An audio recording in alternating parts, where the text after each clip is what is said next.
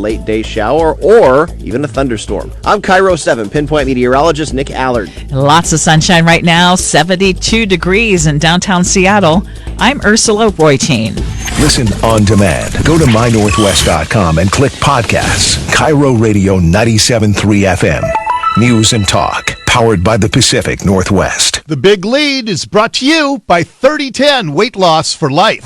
The Dori Monson Show on KIRO Radio. This is The Big Lead. Uh-oh.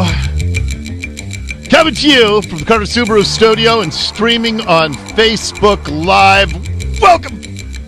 Welcome to The Big Show. Lots of news to talk about. Before I get to all this news, a couple of things. I pride myself on being a good coworker. I really try to be a good coworker. You are a great coworker. It's important to me. So on Saturday, one of my youngest daughter, she was invited to play in a kickball tournament down at Lower Woodland. And so fun. Yeah. Who plays kickball anymore? That's really cool. Yeah. So my wife thought, well, we should go watch. Because even though she's, mid-20s, kids still like it if parents come and watch. So my wife drives down, and I think, well, I'll ride my bike to Lower Woodland. And so I did, and I'm coming home. I'm trying to figure out where your house was, because I think I was within a block or two of your house. Oh. But I couldn't figure out how to get there, because I would have just done a pop-in. Well, you should have. Well, but I didn't know how to get there. Oh. Okay, I'll tell you later. Did you have a phone with you? Yeah, I could have called. I went by my well, plus you also know where I was. Well, no, not you said in the early afternoon. Oh no, I wasn't there yet. No, of course not. So I went to my friend Dawn's instead. So anyway, I get home, and it's been a good, hot bike ride. Yes. And so then this morning, I decide I'm going to ride my bike to work. And there are my Saturday bike riding clothes. I didn't put them in the hamper. And I thought, well, I'm just going to get them stinky again. Then I'll shower as soon as I get to work. Mm-hmm. So I pulled on my Saturday bike riding clothes and rode my bike to work this morning. Well, guess what? Never had time for a shower, it turns out, is with all the show prep. And so now, priding myself on being a good coworker, I'm a little nervous because Nicole said, well, I'm the one who's going to have to suffer, meaning her, if this turns out to be a very unpleasant thing now. I don't smell anything yet, so you're good. Yet. Yet being the operative word. But you are already worked up. Yeah, and I will say you're less sweaty today coming in than you usually are. Yeah. Off the bike. Yeah. So You must use that power assist a little more. No, the exact same level. I'm just my level of fitness as I ride. Oh, yes. It's getting so extraordinarily high.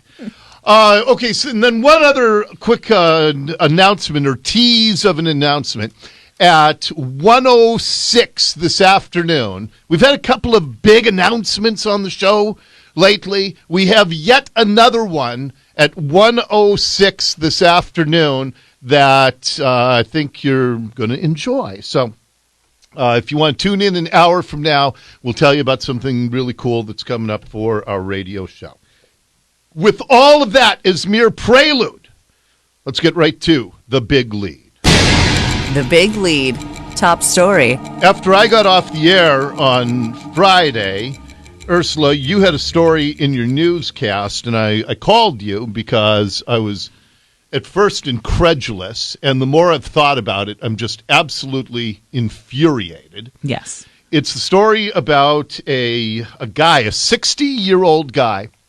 He had just been hired by the Kent School District to be a child psychologist. And this guy, his name is Bob Wright of Mount Lake Terrace. He has been charged with raping a child in Grays Harbor County. Now, I'm going to go through the details of what he allegedly did to this 13-year-old boy. But I will share with you what I shared with Ursula on Friday. Do you ever have people in your life who just give you the hinky creeps? Because when I was in my 20s, I'm talking early 20s, 35 years ago, for about a 5-6 year period, I had a group of guys, and we would get together at Lower Woodland every Monday night, and we would play football, touch football, every Monday night. And one of my friends, he had I think it was a neighbor. I'm not sure exactly how he knew this guy, Bob Wright, but he did. I never liked the guy. And one time I brought my nephew, who's 6 years younger than me, because we were short a player. I brought my nephew to come and play with us. And somehow in a touch football game, there was a collision at the line of scrimmage between my nephew and Bob Wright, and it broke my nephew's collarbone, which is pretty unheard of in touch football between a bunch of buddies. And my nephew, as I'm taking him to the hospital, he told me, he goes, I know it was intentional. He just was certain that this guy intentionally broke, and my nephew was like 17 at the time. I was 23. So later, my wife and I, we started having kids. This guy, Bob Wright, he's the child psychologist at our neighborhood elementary school where our girls went. And I always got the creeps from this guy. And then there was an incident where, and let me go to the details of this now because I don't want to misstate anything. In 2007, so he's 60 now, so he would have been 48 years old in 2007. Wright had been accused of sexually assaulting an 18-year-old on a camping trip in Snohomish County. Those charges were dropped months later upon further investigation. And I'm trying to figure out if this was a kid that he knew at the schools where he was a psychologist, and then when the kid turned 18, he had the encounter with him. But according to the Everett Herald, in those 2007 court papers, Wright told police he was charged with a similar offense many years earlier. And I had heard about that one as well. And so it was kind of common knowledge in my school community as parents. It was kind of common knowledge about this dude. So here's my question. Let's fast forward to the summer of 2019. Can somebody tell me how, in the name of heaven, did the Kent School District just hire this guy to be a child psychologist with this kind of background, with charges against him previously that involved, yes, 18 years old, but that's close enough to the age of children that these psychologists work with. And given that there had been similar alleged offenses previously, so now let's go to what happened in Hoquiam with this guy. It was a 13-year-old boy that he allegedly raped in Hoquiam. The victim's foster parent grew concerned when the boy had stayed out longer than anticipated. The foster parent searched for the victim and found the boy leaving a vehicle in the north end of Hoquiam. Thankfully, according to police, the foster parent had the wherewithal to take a cell photo of the vehicle and license plate. The foster parent notified authorities. The child was taken to a hospital for a sexual assault examination. Early the next morning, detectives drove to the motel in Aberdeen on the chance the suspect was still there.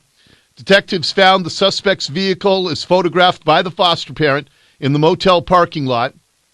Aberdeen officers responded to the motel to assist Hoquiam detectives and officers.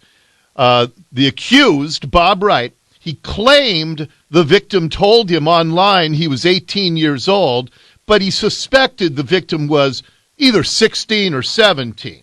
Now, conveniently, the legal age of sexual consent is 16. So a 60-year-old child psychologist might know that even though it's a 13-year-old, to claim, I thought he was 16. But according to the police, they were not convinced that he thought the victim was over the age of 18, especially after learning the suspect as a child psychologist. And then it says, it appears he was last employed. This is the Kent Reporter now reporting this. It appears he was last employed by a medical provider as a contracted speech-language pathologist, child psychologist within a school district in King County. How?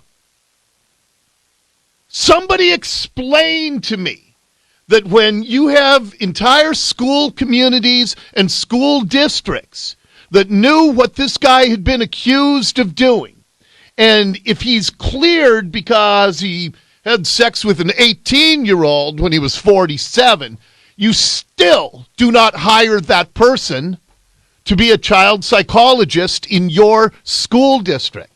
And the way the Kent School District is handling this now, they released a statement. They said they hired an employee, won't name him. They said that he's was accused of something over in Grays Harbor County. The district would not comment about whether the district was aware of past allegations involving the same employee. What the heck do you mean you will not comment? Either you knew about it and you hired this guy, putting all the children in the Kent School District in grave danger, or you didn't know about it, which is unforgivable that you didn't do a background check, because I'm telling you, there are hundreds and hundreds and hundreds of parents who knew this guy's story, at least from when we were first knowing about him in the Shoreline School District. And where did he move on to from there? But what is going on in our schools, and specifically in this case, and the Kent School District better not hide about, well, this is an ongoing personnel investigation and we cannot comment. You better comment. You better explain to your parents, to the community, how you hired somebody with multiple allegations of sexual improprieties against very young men. And you better explain how in the world that guy gets hired. He was the best child psychologist with that background. Did you not do any check at all? Or did you know about it and hire him anyway? In either case, it's unforgivable. And the Kent School District has an awful lot of questions that need to be answered. You called the Kent School District this morning. We wanted to try to get some answers. What did they tell you? They'll get back to us. When? Did they say when they're going to get Nope. back to us? No, actually, they said they tried to get back to us. What a shock.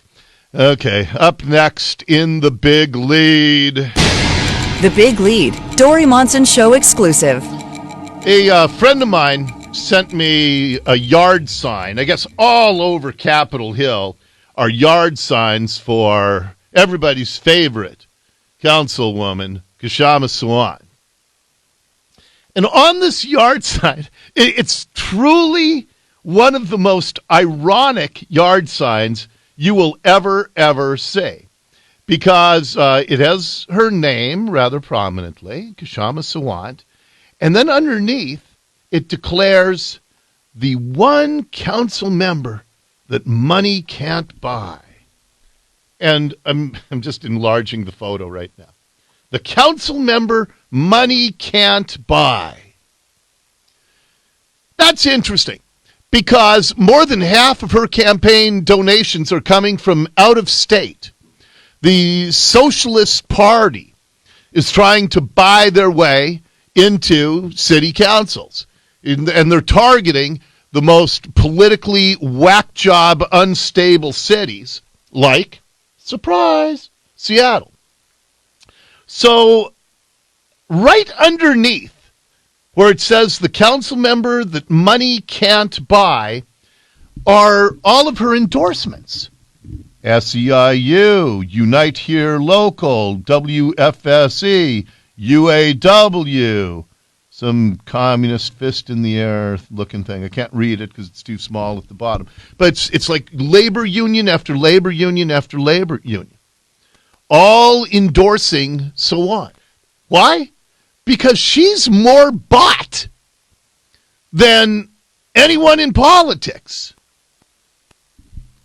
And how do I know this? Because the one time I got her to come on the show, that's what I wanted to talk to her about. That she rails against the rich. She despises people who make six figures. But she will stand on a stage with labor union leaders who get wealthy off the work of their members.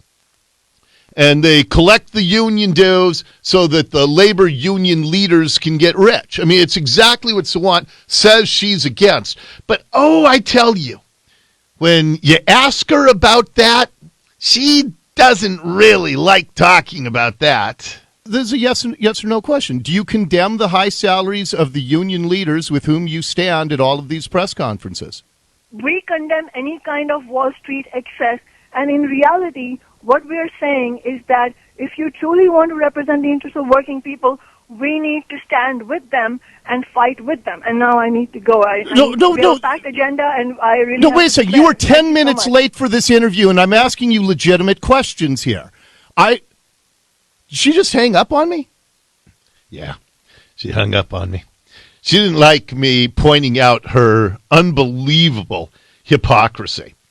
She is so bought off. She is more in the pocket of special interests than anybody. So when she posts these yard signs all around the city, Kshama Sawant, the council member money can't buy, she would never do anything that goes against the bidding of the labor unions that own her, lock, stock, and barrel. And if anybody calls her out on it, she hangs up the phone on them. She is a stinking hypocrite. By the way, did you see that story that was on Drudge a couple of days ago?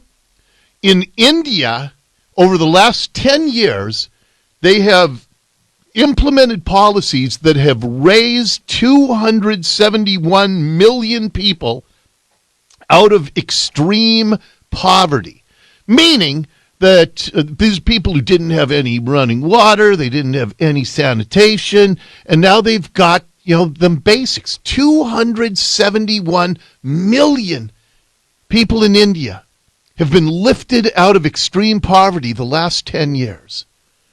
Do you see the correlation? When Sawant was in India, the nation was wallowing in abject poverty. She leaves, everything gets better. She comes to Seattle. What happens? We all of a sudden have people sleeping on the streets and shooting up heroin and battling abject poverty. It is quite clear. The problem and the solution is Sawant. If we get rid of her, we can lift everybody here out of poverty, just like India's done. We just got to figure out where to send her. Who do we want to plunge into poverty? Drop me a text. The Online Trading Academy text line is 98973. She's like she's a walking economic calamity wherever she goes. They can send me a text, 98973, the Online Trading Academy text line. That is your big lead. The Big Lead on KIRO Radio. First, let's go to check the news, and then Brock Heward is going to join us. Brock tried to ruin my European vacation, and I don't know why, but I'm going to hash this out with him next on the Dori Monson Show. This hour of the Dori Monson Show is brought to you by Insulation North.